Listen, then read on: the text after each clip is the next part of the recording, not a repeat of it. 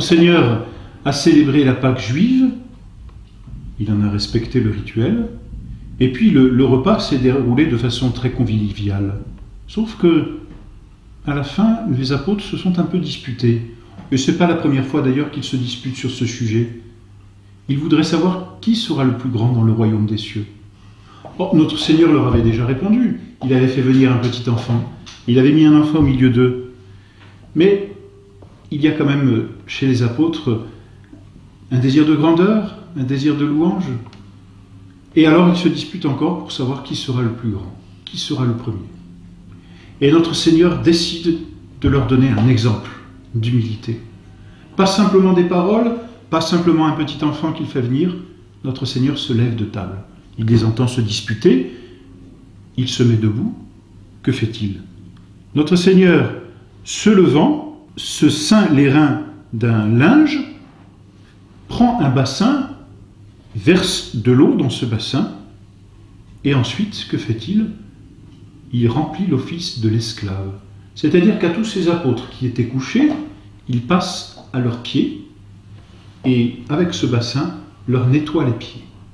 C'est l'office de l'esclave, parce que même les Juifs ne pouvaient pas remplir cette mission. Quand on accueillait quelqu'un chez lui, on lui lavait les pieds. C'était un témoignage. Et puis c'était une façon de soulager sa fatigue et de lui offrir l'hospitalité. Mais un Juif ne pouvait pas accomplir ce rituel parce que, en lavant les pieds de quelqu'un, il contractait une souillure légale. Que croyez-vous? Un Juif peut-il contracter une souillure légale? Certainement pas. Alors, on faisait venir un esclave, et c'était l'office de l'esclave que de prendre ce bassin et puis de laver les pieds de celui que l'on recevait. Et notre Seigneur remplit cet office d'esclave. Alors, imaginez, la dispute a dû s'arrêter assez brutalement. Et notre Seigneur lave les pieds, et les apôtres sont éberlués. Mais que fait-il? Alors, dans leur cœur, ils se demandent ce qui se passe, mais il y en a un, plus fougueux que les autres, on le connaît, c'est Saint Pierre, qui lui va prendre la parole et lui dire « Maître, que faites-vous » Et notre Seigneur explique à Saint Pierre qu'il leur donne une leçon d'humilité. « Maître, que faites-vous » Et notre Seigneur répond à Saint Pierre « Ce que je fais, tu ne le sais pas maintenant, mais tu le comprendras après. » Alors Pierre, fougueux comme il est, lui dit « Maître, tu ne me laveras jamais les pieds. » Mais oui, Saint Pierre a beaucoup de respect pour notre Seigneur, c'est son maître, et c'est pas au maître de laver les pieds, c'est à l'esclave. Il y a un respect de la part de Saint Pierre, mais il y a aussi une incompréhension de l'enseignement que notre Seigneur veut lui donner. « Si je ne te lave pas, tu n'as pas de part avec moi, dit notre Seigneur. » Et là, notre Seigneur révèle aussi le symbolisme de ce lavement des pieds qui manifeste ou qui annonce le sacrement de pénitence, de purification intérieure de l'âme. Alors, vous voyez, Saint Pierre, qui lui veut avoir part avec notre Seigneur, dit, alors Seigneur, non seulement mes pieds, mais encore les mains et la tête. Et notre Seigneur lui dit, non, celui qui sort du bain n'a pas besoin de se laver. Il voulait dire par là que ceux qui sont déjà en état de grâce n'ont pas besoin d'être lavés entièrement. Ils ont besoin simplement qu'on les purifie des petites imperfections. C'est ce que représente ce lavement des pieds. Et ensuite, notre Seigneur donne la leçon. Comprenez-vous ce que je vous ai fait? Vous m'appelez Maître et Seigneur, et vous avez raison, car je le suis. Si donc je vous ai lavé les pieds, moi le Seigneur et le Maître, vous aussi vous devez vous laver les pieds les uns aux autres, car je vous ai donné un exemple, afin que vous agissiez, vous aussi, comme j'ai agi envers vous. Et notre Seigneur enseigne de ne pas chercher les honneurs extérieurs, ni les honneurs du monde.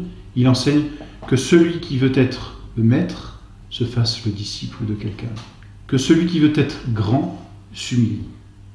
C'est donc premièrement une leçon d'humilité que notre Seigneur donne à ses apôtres. Voyez, en parole et en action. Avec cette leçon d'humilité, c'est une leçon de pureté que notre Seigneur leur donne. Apprendre à être pur, il va instituer le sacerdoce, il va instituer la Sainte Eucharistie, et notre Seigneur rappelle la grande pureté qu'il faut avoir pour approcher de ce sacrement. Et avec cette leçon de pureté, selon les paroles même de notre Seigneur Jésus-Christ, c'est une leçon de charité fraternelle que notre Seigneur donne à ses apôtres, leur enseignant justement à aimer Dieu et à aimer le prochain, parce que c'est un seul et même amour.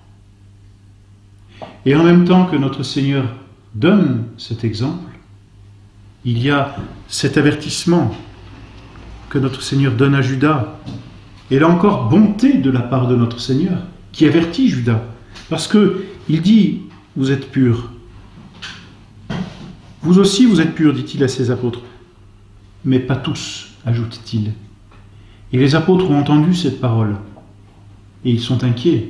Parce que personne, sauf Judas, ne sait qui est le traître. Et notre Seigneur, là, par cette phrase, où il touche le cœur de Judas sans avertir les autres, et quelle discrétion de la part de notre Seigneur. Notre Seigneur touche l'âme de façon discrète et profonde. Judas a dû se sentir remué. Et pourtant, personne ne savait que c'était lui, mais lui savait. Et il savait que notre Seigneur savait. Ça n'était pas encore trop tard pour se dire, bon, j'arrête là, il le sait. Hélas, Judas s'entête.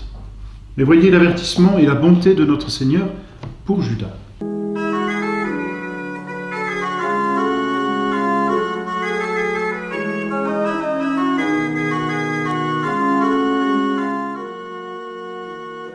Et alors c'est après que notre Seigneur institue la Sainte Seine, c'est-à-dire la Sainte Eucharistie et le sacrement de l'ordre. Notre Seigneur prend du pain, prononce une bénédiction, le rompit et le leur donna, c'est-à-dire aux apôtres, en disant « Prenez, ceci est mon corps ». Et notre Seigneur communie ses apôtres de son corps. Et de la même façon, après le repas, prenant la coupe, comme dit le texte de l'Évangile, la coupe, bien notre Seigneur la donna à ses apôtres en disant « Cette coupe, c'est la nouvelle alliance dans mon sang, répandue pour vous. » Notre Seigneur donne à boire son propre sang. Notre Seigneur réalise là la première messe, anticipée au sacrifice de la croix. Mais c'est déjà un véritable sacrifice, car dans tout sacrifice, il faut trois choses. Il faut qu'il y ait une offrande, ce qu'on appelle l'offertoire, offrir la victime, et notre Seigneur s'est déjà offert au temple le dimanche précédent. Et notre Seigneur s'est offert toute sa vie à son Père. Donc l'offertoire est déjà réalisé. Il faut une immolation, c'est-à-dire que la victime soit cruellement mise à mort et qu'il y ait donc séparation du sang et du corps, c'est ça l'immolation. Or elle est réalisée, non pas de façon réelle et sanglante, mais d'une façon mystique, dit-on, c'est-à-dire dans les signes sensibles. Il y a d'une part le pain qui figure le corps, il y a d'autre part le sang qui figure le sang de notre Seigneur, et ces deux séparés, le corps et le sang, séparés de façon mystique, manifestent l'immolation et réalisent donc le véritable sacrifice. Et après immolation, il fait qu'il y ait communion, et notre Seigneur communie ses apôtres. Donc la Sainte Eucharistie que notre Seigneur institue lors de cette scène est un véritable sacrifice. Et notre Seigneur, en réalisant cette Sainte Eucharistie, donne à ses apôtres le pouvoir de réaliser dans le temps et après sa mort cette même Eucharistie, c'est-à-dire ce même sacrifice. Il les constitue comme ses prêtres. Faites ceci en mémoire de moi. C'est-à-dire que les apôtres, par ces paroles, désormais pourront eux aussi célébrer la messe.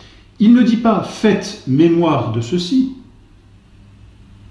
il dit « faites ceci en mémoire de moi ». C'est-à-dire que le sacrifice que réaliseront les apôtres, la messe que célèbrent les prêtres, est un véritable sacrifice en ceci qu'il réalise ce que notre Seigneur a fait, et pendant cette scène, et sur sa croix. Puisqu'il dit « faites ceci, hoc facite », faites ceci en mémoire de moi, et pas simplement faites mémoire ou souvenir de moi.